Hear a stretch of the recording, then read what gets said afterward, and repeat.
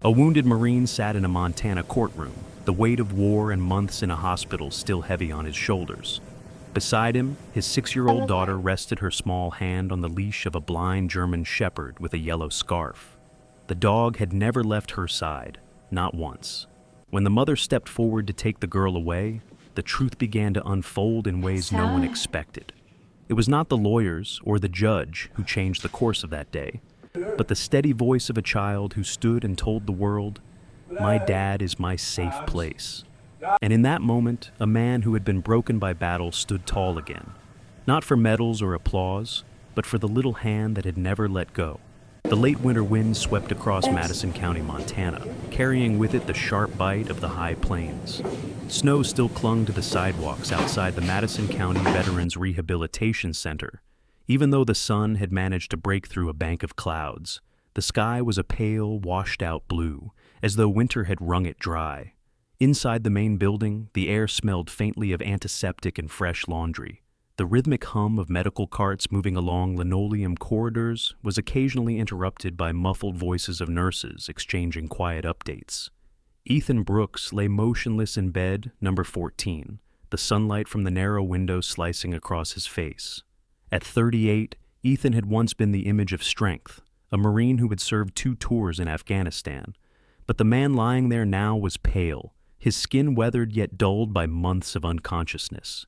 His dark brown hair was overgrown and flecked with early gray, his jaw shadowed by a beard that had been trimmed more out of necessity than care. There was a faint scar tracing the line from his right temple to the back of his ear, hidden beneath the white gauze wrapped around his head. His broad shoulders, which had once carried heavy gear through unforgiving deserts, now seemed smaller beneath the thin hospital gown. Ethan's eyes opened slowly, staring at the ceiling as if trying to anchor himself in a reality he couldn't fully grasp. Traumatic brain injury, they had called it. To him, it was a fog where moments slipped through his fingers like water. In the corner of the room, a little girl sat in a molded plastic chair far too big for her. Lily Brooks, 6 years old, had her father's dark brown eyes but her mother's delicate cheekbones. She wore a faded pink sweater with a missing button near the collar and a pair of jeans with the knees worn white. In her arms, she clutched a gray teddy bear whose fur had thinned from years of being held too tightly. Around the bear's neck was a frayed cloth tag with crooked childish letters that read, "Daddy will always be with you." Lily's hair was tied in a lopsided ponytail, strands escaping to brush her pale cheeks. She didn't cry, she didn't speak. She simply watched. The door opened with a quiet click, and Megan Brooks stepped inside. At 34, Megan was the kind of woman whose presence was felt before her voice was heard. She was tall, with a slender frame that spoke of disciplined exercise, her long chestnut hair pulled into a sleek ponytail. Her face was attractive, but the softness that had once lived there had hardened into precision. Megan had once been warm and attentive, but months of tending to a husband who could not recognize her, combined with years of waiting through deployments, had worn that warmth away. The day Ethan was injured, she had been at home balancing bills and job applications, already stretched thin. The moment she saw him in the hospital bed for the first time, something in her had cracked, not from grief, but from fear that her own life would disappear into the shadow of his injuries. She didn't look at Ethan now. Her voice came out flat, each word crisp and deliberate. "Ethan, I've spent too long living for someone else. I'm choosing to live for myself now. I want a divorce." Ethan blinked, slow and heavy, his lips parting. "No, Megan, please don't." His voice was hoarse, raw from disuse. He tried to push himself upright, one trembling hand reaching toward her. A wave of dizziness crashed over him, and his body gave way. He slid from the bed, landing hard on the cold linoleum. The thud jolted Lily. Her small hands gripped her teddy tighter as her eyes widened. She leapt from her chair and wrapped both arms around her father's arm, trying to keep him from collapsing entirely. She didn't wail. She leaned in and whispered, her voice trembling but clear. "Don't worry, Daddy. I'm here. You're not alone anymore." Megan's eyes flickered for the briefest second, but she turned sharply and headed toward the door. In the far corner of the room, Dusty stirred. Dusty was a German shepherd, 7 years old, his once sharp gaze forever gone. a neatly tied yellow blindfold wrapped around his head where sight should have been, the fabric soft but secure.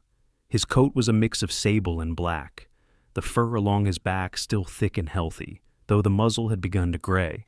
Dusty had once been a military working dog, trained for search and rescue in combat zones. His blindness had come from an IED blast in Afghanistan, the same one that had left Ethan's memory fractured. The two had never met before the rehab center. Dusty had been brought in as part of a veteran therapy program. But in recent weeks, the dog had taken to lying in Ethan's room, as if drawn by some silent kinship. As Megan opened the door, Dusty's ears flicked forward. His muscles tensed, and a low growl rumbled in his throat, directed toward the doorway. Slowly, with measured effort, he pushed himself up and began to move, not toward Megan, but toward Lily. Each step was deliberate, his head tilting as he mapped the room through sound and scent. He positioned himself between the girl and the door, his body angled just enough to shield her from Trent Harper, who was leaning casually against the hallway wall. Trent, 40 years old, was broad-shouldered with short-cropped blonde hair and a gym-honed frame. He wore a fitted charcoal jacket over a crisp white shirt, his expression one of mild amusement. As manager of the fitness club where Megan worked, Trent was a man used to getting his way. His confidence came with a layer of calculation. Everything from his clothes to his posture was designed to project control. He had never served in the military, but he carried himself like someone who thought he knew discipline. His eyes flicked to Dusty, and a faint smirk tugged at the corner of his mouth. Megan stepped past him without a word, but Trent lingered, his gaze dropping to Lily. The growl in Dusty's chest deepened. The dog took one slow step forward, positioning himself more firmly between the child and the man. Trent's smirk faded slightly, his jaw tightening. From the nurse's station across the hall, Olivia Hayes watched. At 52, Olivia had a calm, steady presence that came from decades of nursing. She was of medium height, with a sturdy build and silver-streaked brown hair that she kept pulled into a low bun. Her hazel eyes had the kind of depth that came from seeing more than she ever spoke about. Olivia was a widow. Her husband, a soldier, had died in Fallujah when she was 5 months pregnant with their only child. She had raised her son alone, understanding both the pride and the cost of service. Years ago, she had read Dusty's service record and knew the story of how he had once guided a wounded soldier through a mine-laced field under heavy fire, refusing to leave his side even after losing his own sight. Now she saw that same loyalty in the way Dusty stood between Lily and Trent, unmoving despite the tension in the air. She made a mental note: keep an eye on that dog and on the people around this family. The hallway air was still, thick with unspoken things. Ethan, with Lily's help, managed to get back onto the bed. Megan and Trent were already walking away, their footsteps echoing off the linoleum until they were swallowed by distance. Dusty stayed in position at the foot of Lily's chair, his head turned toward the doorway long after it had emptied. The next morning in Madison County, Veterans Rehabilitation Center dawned with a pale gold light spilling across the snowbanks outside. The wind had calmed since yesterday's biting gusts, leaving the crisp air still, the cold clinging like frost to the windows. Inside, the scent of fresh coffee mixed with antiseptic in the hallways. Staff moved in quiet efficiency, their rubber-soled shoes making soft squeaks on the linoleum floors. Dr. Nathan Clark stepped into his small, tidy office on the second floor. At 45, Nathan had the lean frame of someone who preferred hiking in the mountains to sitting at a desk. His salt and pepper hair was always neatly combed, and thin rectangular glasses perched low on his nose, giving him a perpetual look of quiet scrutiny. He was a man of method and order, shaped by a past that included losing his younger brother, also a Marine, to an undiagnosed brain injury.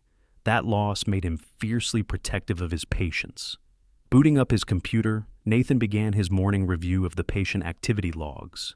It was a habit as natural as breathing, a safeguard to ensure no mistakes in medication or records. But today, a red highlighted flag caught his attention. Ethan Brooks's medical file had been accessed after hours 2 days prior, not by hospital staff, but from an external IP address. His brow furrowed. Cross-checking the location, Nathan's fingers slowed over the keyboard. The address matched a local fitness club in downtown Ennis, known to him as the place Megan Brooks worked. Nathan leaned back in his chair exhaling slowly. The timing was no coincidence. He reached for his desk phone, his mind already assembling the possible implications. A wrongful access to patient files wasn't just a breach of privacy. It could be weaponized, especially in custody disputes. Meanwhile, in Ethan's room, Lily sat cross-legged on the floor with Dusty.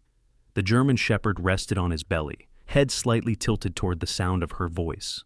She was tying a new ribbon on his yellow blindfold, a bright strip of cloth Olivia had given her from the supplies closet. "You look handsome now," she whispered, brushing the fur along his neck. Dusty's tail thumped softly against the floor in reply. Olivia Hayes entered quietly, carrying a breakfast tray. "Morning, sweetheart," she said to Lily before glancing at Ethan. He was awake, sitting propped against the pillows, the fatigue in his eyes tempered by something steadier than yesterday. Olivia had seen this before, injured soldiers beginning to orient themselves again. But she also saw the new bond forming between Lily and Dusty. Each morning since Megan's departure, Lily had insisted on walking Dusty to the small fenced lawn behind the center. The dog, despite his blindness, followed her steps faithfully, adjusting his pace to hers. That afternoon, the sky turned overcast, a muted gray pressing down on the snow-covered courtyard. Lily and Dusty were outside, Lily tossing a soft tennis ball so he could follow its sound. Though his eyes could not track the motion, Dusty's ears and nose guided him. He bounded forward in a steady trot, his paws sinking into the snow, and returned to Lily with the ball gently held in his mouth. From the far edge of the courtyard, Trent Harper appeared. He wore a black wool coat over a charcoal sweater, his blonde hair brushed neatly back. His eyes scanned the yard before locking on to Megan, who was standing just beyond the gate. She had come under the pretense of dropping off paperwork, but Trent's sudden arrival suggested something less innocent. Trent walked toward her, voice low but sharp enough to carry fragments over the cold air. "We need to move faster. The custody filing isn't going to wait." Megan shifted uncomfortably, glancing toward Lily. Dusty's head rose instantly, his nostrils flaring as he caught Trent's scent. A low, rumbling growl formed deep in his chest.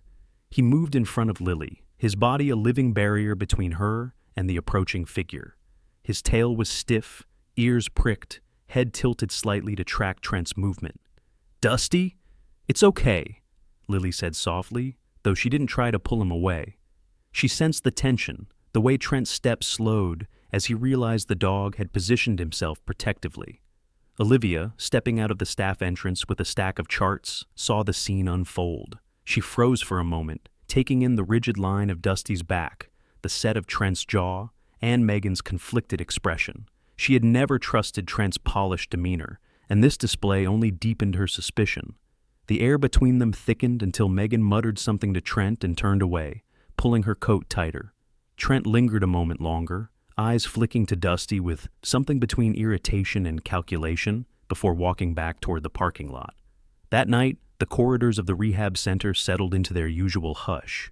The only sounds were the distant hum of medical equipment and the occasional murmur from the night staff.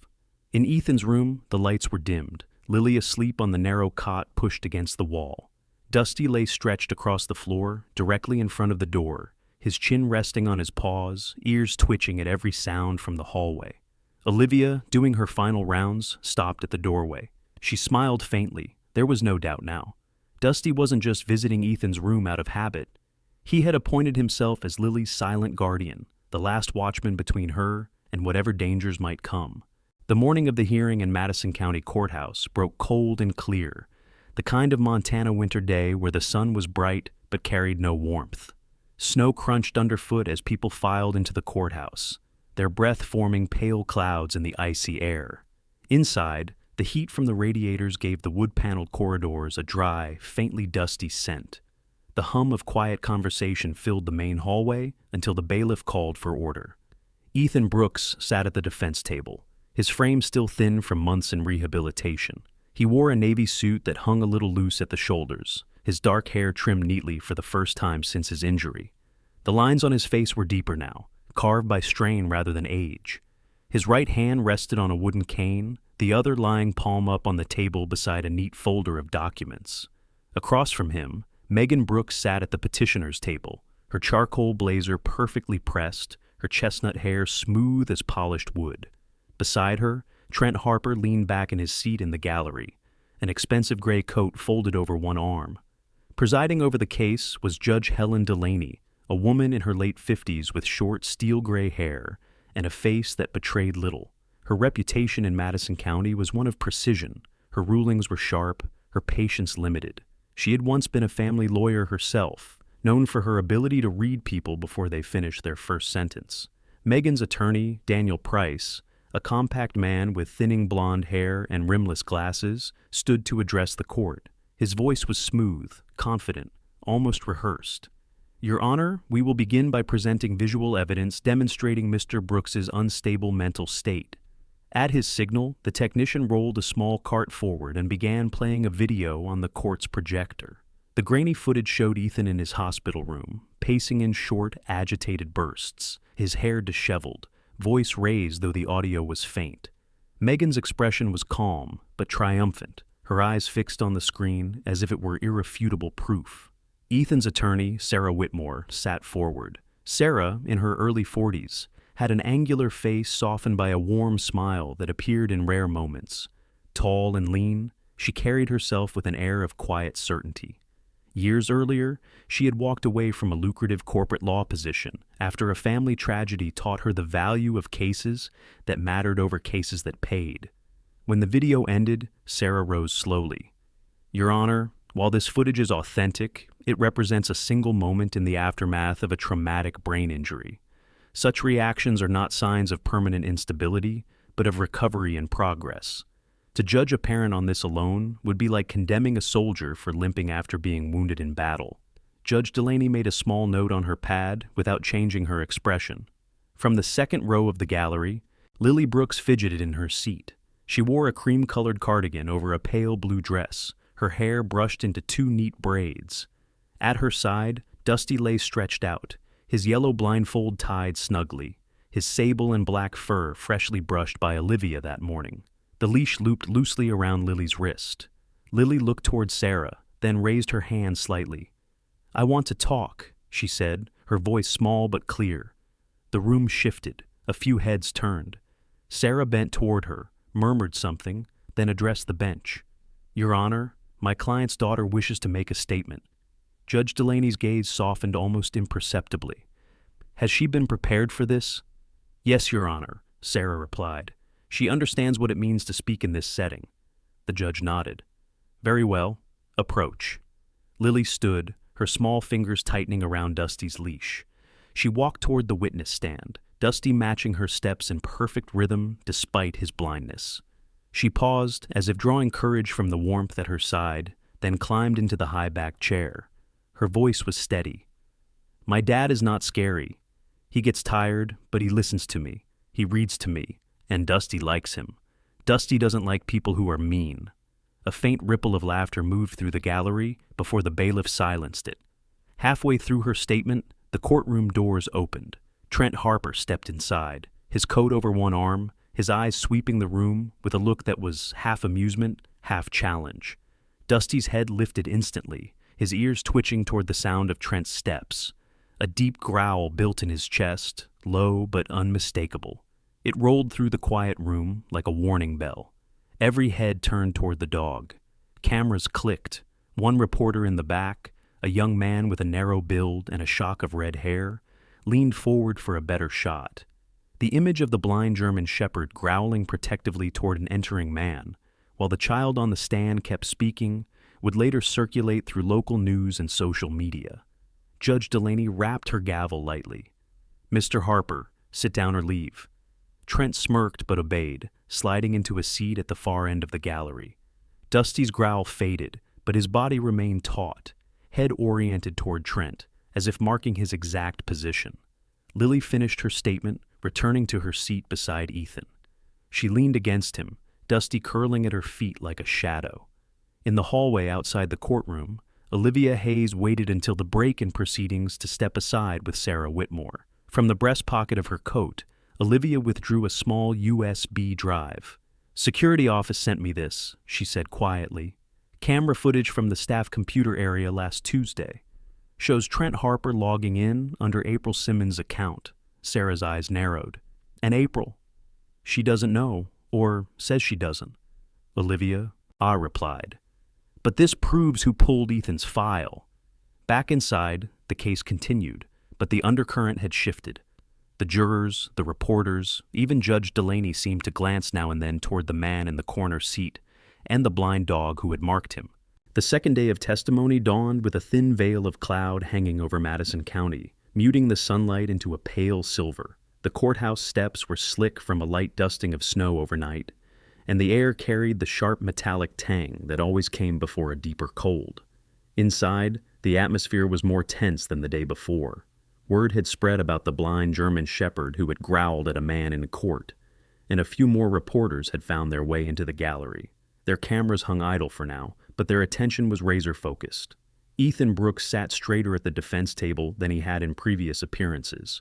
The cane rested against his chair, his hands folded on the table in front of him. His suit jacket, though slightly loose, was buttoned neatly. Across the aisle, Megan Brooks looked less certain today. Her shoulders tight, her gaze drifting from the judge to the defense table more often than before. The firmness in her posture had softened into something closer to unease. Judge Helen Delaney called the court to order, her voice even. "We will proceed with the continuation of testimony." Sarah Whitmore stood and gestured toward Olivia Hayes, who stepped forward with measured confidence. Olivia wore her nurse's uniform under a long charcoal cardigan, her silver-streaked hair pulled back neatly. Her hazel eyes held steady as she was sworn in. "Your Honor," Sarah began, "Ms. Hayes has evidence directly relevant to the origin of the unauthorized access to my client's medical records." Olivia held up a small USB drive in a clear evidence bag. "This," she said, "contains security footage from the rehabilitation center, recorded at 4:17 p.m. last Tuesday.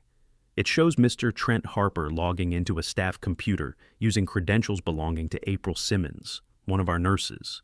She glanced toward April, who sat 2 rows back, her eyes already brimming with tears. Nathan Clark was called next. Dressed in a dark gray suit, the doctor's clean, precise manner carried over into his testimony. The access point was traced to that login. The file retrieved was Mr. Brooks's full medical history, including private neurological assessments. No formal request was made, and no authorization was given by the patient or his legal representative. Judge Delaney's gaze shifted to Megan. She didn't speak, but the weight of the look was clear.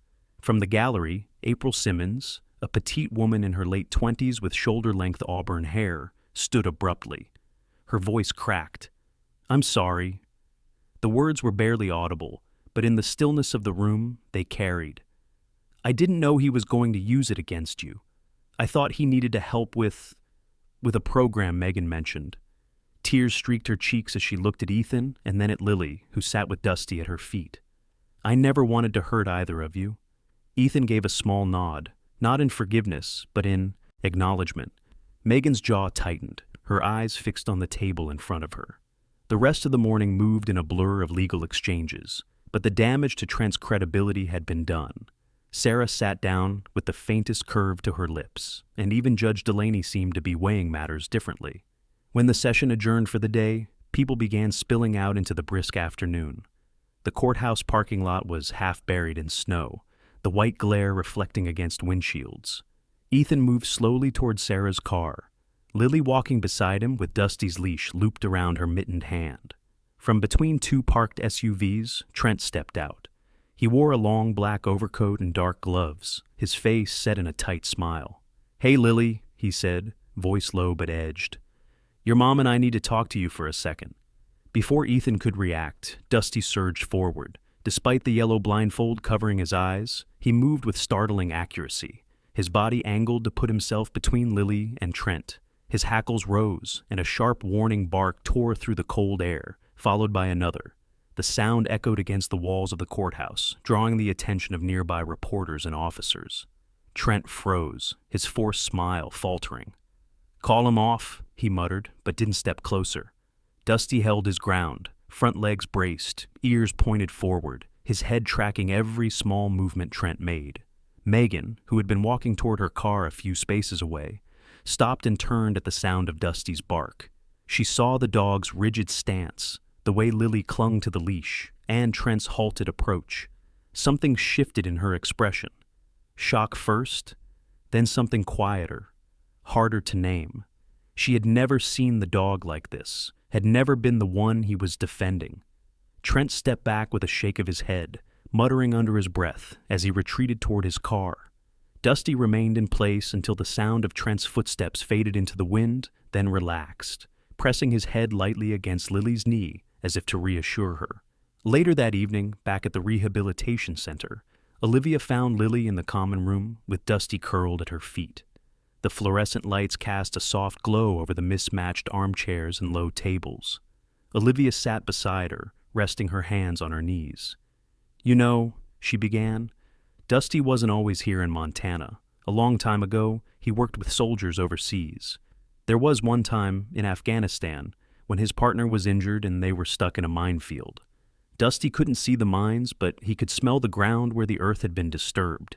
Step by step, he led that soldier out, never letting go of his sleeve until they were safe." Lily looked down at Dusty, running her small hand over the soft fur of his neck. "He saved him," she said quietly.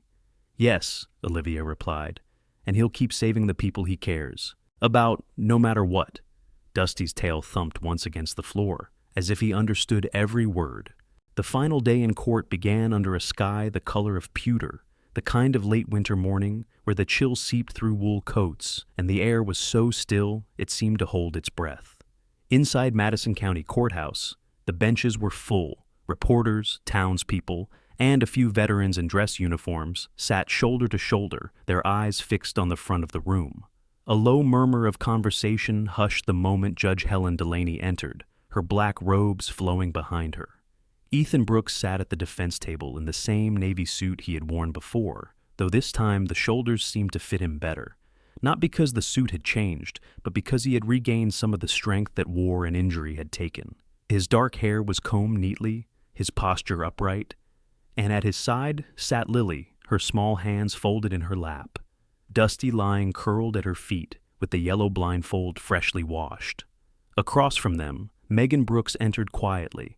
Today there was no sharp click of heels, no flash of defiance in her eyes. She wore a simple gray sweater and black slacks, her hair pulled back without the usual precision. Her face was pale, and the tightness in her expression had been replaced by something more fragile. When her eyes met Lily's, she faltered for just a moment before looking toward the bench. Sarah Whitmore rose. "Your Honor, before we proceed with final statements, my client's wife has requested to address the court." Judge Delaney inclined her head. "Mrs. Brooks, you may speak." Megan stepped forward, her voice low but steady. "I'm not here to ask for forgiveness. I just want my daughter to grow up without being taught to hate her mother. I can't undo what I've done, but I know now that Ethan is the safest place for Lily. He's the one who will keep her whole." She glanced briefly at Ethan before stepping back. The silence that followed was heavy, but not hostile. Judge Delaney's gaze lingered on Megan for a heartbeat. Then she addressed the room. "In light of all testimony and evidence presented, full custody of Lily Brooks will be granted to her father, Ethan Brooks, with visitation rights for Mrs. Brooks." The gavel came down with a firm strike. A ripple of sound moved through the room, reporters whispering, people shifting in their seats. One young journalist, a woman in her late 20s with a cropped black bob and a notepad in hand, stepped quickly toward Lily as the family gathered their things. She wore a tan trench coat and a press badge clipped to her collar, her eyes bright with curiosity. "Lily, can you tell me what it's like having Dusty by your side?" she asked, holding a small recorder forward. Before Lily could answer, Dusty's head lifted. Though sightless, his ears rotated sharply toward the sound of the woman's voice, and he stood, positioning himself so that his body pressed lightly against Lily's legs. His nose twitched, nostrils flaring, the faintest rumble in his chest. It wasn't aggression, more a quiet readiness, as if he were saying without words, "I'm watching." The reporter hesitated, her pen hovering over the page, then crouched slightly to meet Dusty at his level. "You're quite the guardian, aren't you?" she murmured before stepping back. Ethan placed a hand gently on Lily's shoulder. "Let's go," he said softly. They left the courthouse together, Dusty's paws crunching in the thin snow as they crossed the parking lot. Weeks passed, and winter finally began to loosen its grip. The snow melted into patches of damp earth, and the air warmed with the first signs of spring. On a Saturday morning, the park in Ennis was alive with the chatter of birds and the faint perfume of early blossoms. Ethan walked slowly along a winding path, Lily skipping ahead a few steps with Dusty trotting beside her. Olivia Hayes had joined them, her casual weekend clothes a contrast to the nurse's uniform she usually wore. She carried a paper bag from the bakery, the top folded down to keep the warm scent of bread inside. "Feels strange to be here without the sound of monitors in the background," she said with a small smile. Lily stopped under a budding maple tree and pulled a folded strip of bright yellow fabric from her pocket. "Dusty," she said, crouching to tie the new scarf over his blindfold, her fingers working carefully. "There. Now you look just like Dad. Strong, even if you can't see everything." She looked up at Ethan, eyes wide with a mix of pride and affection. "Dad, he's like you. He doesn't give up, even when he can't see the way." Ethan felt something settle in his chest, a quiet, grounding warmth. "That's true," he said, his voice low. "Sometimes it's not about seeing the path. It's about staying on it." They walked on together, the four of them, the sun breaking through the branches to cast dappled light on the path ahead. And for the first time in a long while, Ethan knew exactly where home was. Not a place, but the people who walked beside him. Sometimes the greatest miracles are not the ones that change the world in an instant, but the quiet ones that change a heart over time. A father's love that refuses to let go. A child's trust that never wavers. A loyal friend who stands guard even when he cannot see. These are gifts that remind us God's light can guide us through any darkness, if only we keep walking by faith. In our daily lives, we may not face a courtroom or a battlefield, but we all face moments where we must choose to stay, to protect, to forgive. And in those moments, God's presence can be the strength we lean on, the voice that whispers, "Keep going." If this story touched your heart, please share it with someone who needs hope today. Leave a comment below and tell us your thoughts, and do not forget to subscribe for more stories of faith, love, and second chances. May God bless you and your family, and if you believe in the power of His miracles, type Amen in the comments.